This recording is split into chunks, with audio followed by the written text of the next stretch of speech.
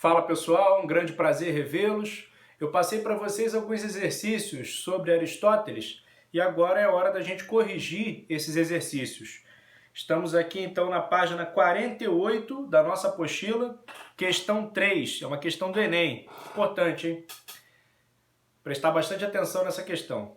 Leia o texto citado, aí é um trecho da Política de Aristóteles. Ele diz assim: o Estado ou sociedade política é até mesmo o primeiro objeto a que se propôs a natureza. O todo existe necessariamente antes da parte. As sociedades domésticas e os indivíduos não são senão as partes integrantes da cidade, todas subordinadas ao corpo inteiro, todas distintas por seus poderes e suas funções, e todas inúteis quando desarticuladas, semelhantes às mãos e aos pés, que uma vez separados do corpo, só conservam o nome e a aparência sem a realidade, como uma mão de pedra. O mesmo ocorre com os membros da cidade. Nenhum pode bastar-se a si mesmo. Com a leitura desse trecho da obra de Aristóteles, conclui-se que a. O Estado é logicamente anterior aos cidadãos, que sequer atingiriam sua humanidade fora da sociedade política. É exatamente isso que Aristóteles está dizendo. Ele está dizendo que o todo é maior do que a parte, que o todo precede a parte e que a parte existe em função do todo. Porque quando essa parte é analisada individualmente, ela não faz nenhum sentido. Lembra aquilo que eu falei para vocês, que para Aristóteles, o indivíduo fora da sociedade, ou ele é um deus ou ele é uma fera? Isso não é a essência do homem. A essência do homem é ser um animal político, é estar inserido na sociedade. Então, um homem fora da sociedade é um homem desumanizado. Por isso que a gente diz que o Estado ele existe antes dos indivíduos. Ele existe como finalidade dos próprios indivíduos. Então, ele é lógica e ontologicamente anterior ao indivíduo, segundo Aristóteles. Né? Porque o indivíduo ele é só uma parte da comunidade política, que seria o todo, né? O conjunto. B. A sociedade política é uma comunidade cívica cuja finalidade maior é a proteção dos direitos individuais. Não.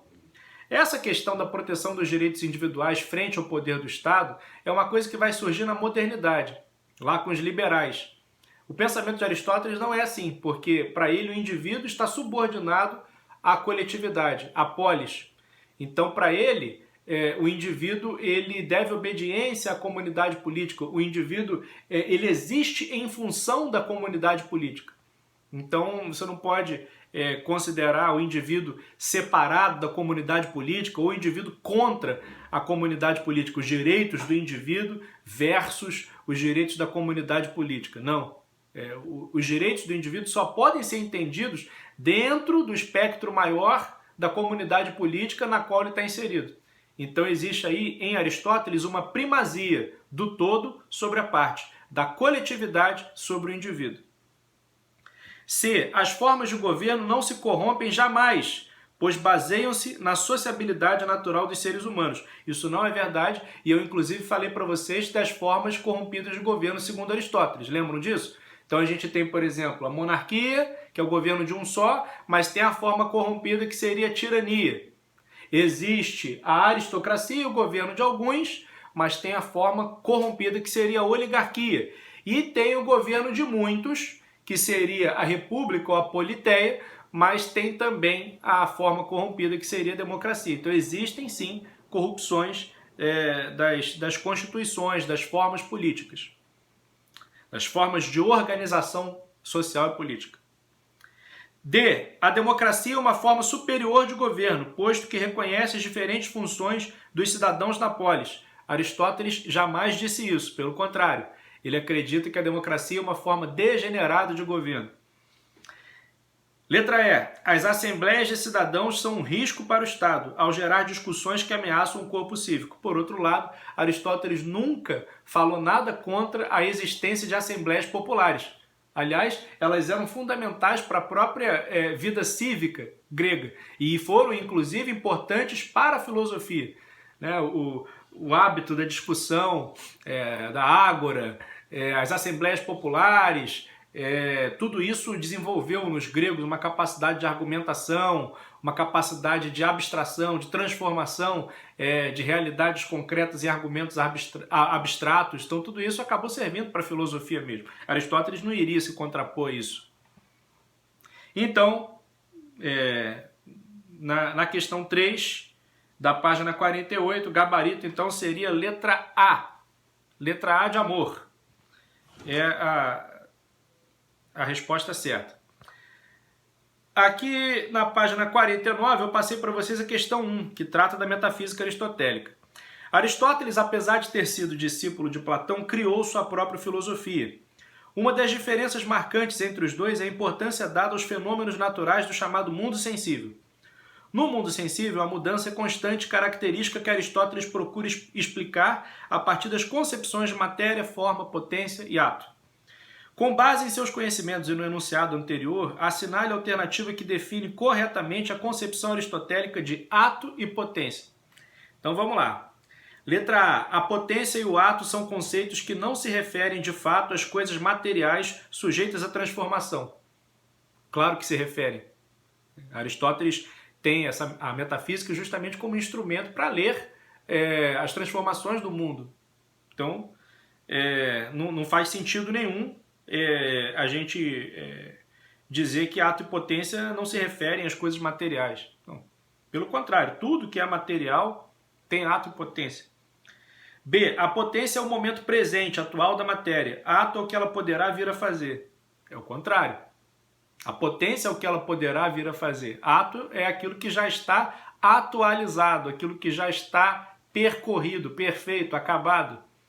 Então, aqui a letra B trocou os conceitos. Letra C. A potência e o ato não se relacionam com a matéria. O mesmo erro da letra A. Claro que se relacionam. D. A potência é o que a matéria virá a ser, seu devir, o princípio do movimento. Ato é aquilo que ela é no presente. Perfeito. Então eu disse a vocês que o ato é uma perfeição, aquilo que já foi feito, e a potência é uma capacidade. Então, por exemplo, a semente. A semente ela é uma árvore em potência, mas ela ainda não é uma árvore em ato. Por quê? Porque ela ainda não se transformou de fato numa árvore, mas ela tem, dentro das suas possibilidades internas, a capacidade, a potência de ser uma árvore. Mas isso não se atualizou ainda. Então, potência é uma capacidade e ato é uma perfeição. Exatamente o que é dito pela letra D de dado. Então, na questão 1 da página 49, a resposta certa é letra D. E agora vamos para a última questão, questão 2 da página 49. Em sua obra Ética a Nicômaco, Aristóteles propôs a ideia de que a virtude é a disposição para buscar o meio termo ou a justa medida entre o excesso e a falta em determinada conduta. Com base nesta afirmação e em seus conhecimentos sobre a obra de Aristóteles, assinale a alternativa correta. E o correto aqui seria a letra A. Coragem é o justo meio entre a covardia e a temeridade. Todas as outras alternativas acabam misturando esses conceitos. Vocês se lembram que eu falei isso para vocês? Aristóteles acredita que a virtude está no meio, virtus in médio. A virtude está no meio. A virtude seria a justa medida entre o excesso e a falta. Então, para cada virtude a gente pode encontrar um exagero num polo, numa extremidade, e a falta dessa virtude no outro polo, na outra extremidade. Então, o exemplo que é dado aqui, na letra A coragem. A coragem é uma virtude. Existe um exagero, que é a temeridade. Você imagina o sujeito, eu sou muito corajoso, vou pular de um prédio de 10 andares. Vai ser promovido a defunto. Então, isso não é coragem, no fundo, né? Isso é temeridade. Por outro lado, você tem aquele sujeito, por exemplo, que é soldado, ele tem que defender a sua pátria, tem que defender os vulneráveis e vai lá e foge. Esse aí é um covarde. O marido que tem que defender a sua esposa, tem que defender os seus filhos, e aí no momento difícil vai lá e foge. Isso é covardia. Então, por um lado a gente tem um excesso que seria temeridade, que seria imprudência, o exagero. Por outro lado, a gente teria a covardia, que seria a falta dessa virtude, e no meio, a virtude da coragem. Ou seja, é no meio que se encontra o equilíbrio, é no meio que se encontra a virtude. É isso que Aristóteles pensa sobre a virtude. Ele desenvolve amplamente esse argumento nesse livro A Ética Nicômaco. Então tá bom, galera? Nessa última questão, o certo seria a letra A.